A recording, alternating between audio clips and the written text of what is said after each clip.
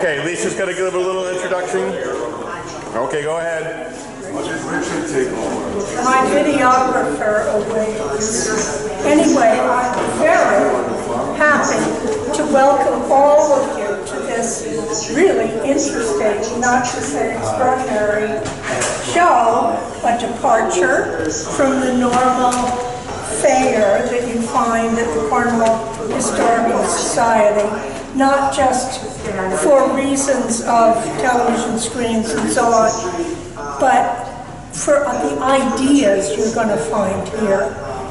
There's a lot of imagination you need to put in to attach what you see to what is written on the walls, the specifics, the details that we have dug up out of the town files. Now, the earliest citizen historians, I've been calling them, are Ryan Bachman, who is Don Bachman's nephew, and Ann Schillinger, our wonderful old friend, who now lives up at Deer and can't come down because of COVID reasons.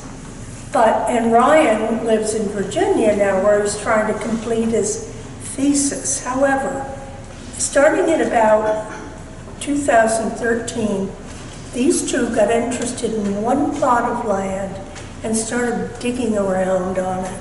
And everything led from there, looking into the church records, looking into the town's records, reading all those ancient selectmen's minutes, you know, produced this, my favorite quote of the whole thing, which was a description of a woman. The selectmen often would ask slaves to come before them and ask them if they wanted to be free, because the general sensibility was abolitionist around here.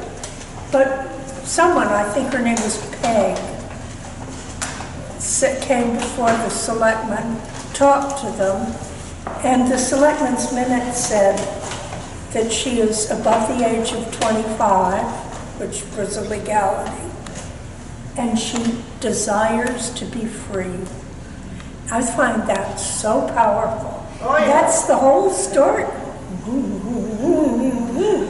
including what happened yesterday. And but you know, you begin to see that whole feeling come off these walls about where the people were. We don't know this story because it's never been told to us. The white people in Cornwall lived their lives, and these folks lived theirs in sections of town. You see the red discs, which weren't heavily populated. The lower left one is Swift's Bridge, where there was a factory where a lot of these folks worked.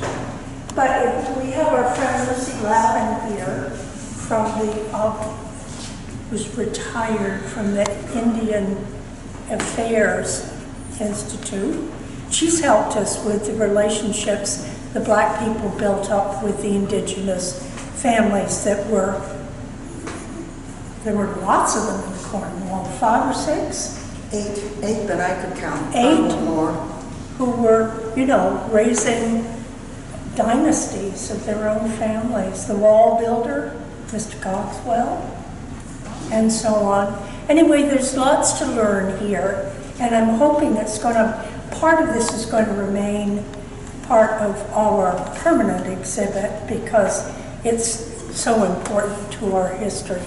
But I want to introduce Frank Mitchell, who is our guest curator, who's giving everybody a small record.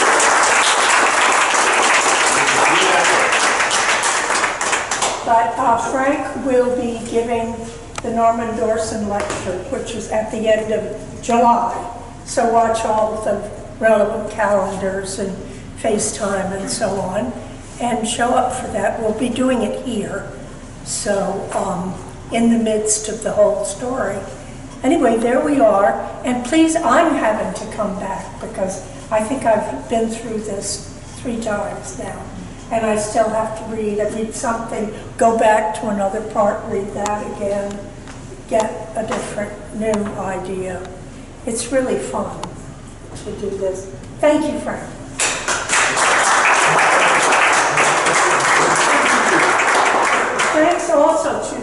board members who produced that feast that's outdoors there, including recipes from that book, cookbook on the behind Barbara Gold's head, which is about cooking, African American cooking. We got some new books and stuff over there. Yeah, there's some really good stuff in there. Anyway, thank you for coming. Thank you. And come back. That's it. And sign in. Everybody sign in. Okay.